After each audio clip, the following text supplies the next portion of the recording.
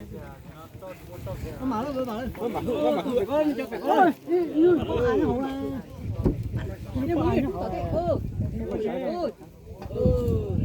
nhà chú thế nào chị đâu, khó rồi đấy, sai rồi đấy.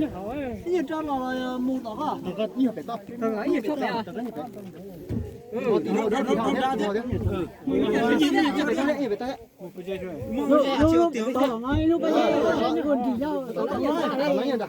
Yêu bây giờ bông hậu nè rồi. Giờ đi dân này cũng biết không mấy bé con cho họ ấy. Nhau lúc bà đâu. Lúc bây giờ hậu này, bọn anh hậu này. Đó chỉ là Chỉ lắm mất bao nhiêu. chỉ bảo trẻ thế gì. Đừng đấy à, đấy, chặt đi. Cháu cho cái số mà chú chặt đó. Trái đã rồi.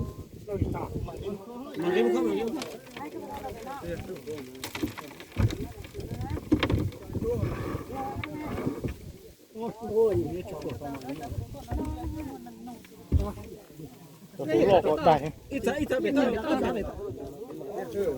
bé thôi. Tủ nó đó.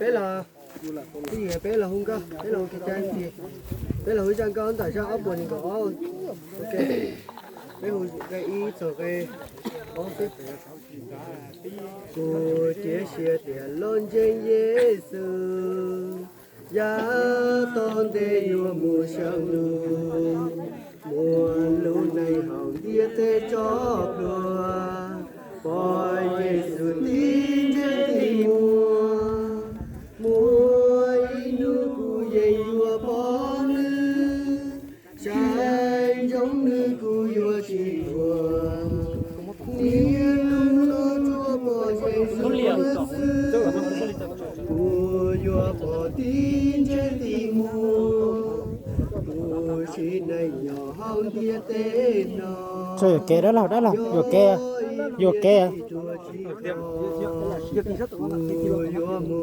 Giêsu nhon đề y chỉ một chi bao giờ nhé mua inu cu dây bó nữ trái giống nữ cu vua chỉ thua niên nung đô chúa bò Giêsu sư cu vua bò tí chết đi mua lúc xưa nó bé sợ là nhất tí giờ cho chị sao là mỗi cái chị sao lụt sao bé sao tụi Bé lòng lòng bên này là cô.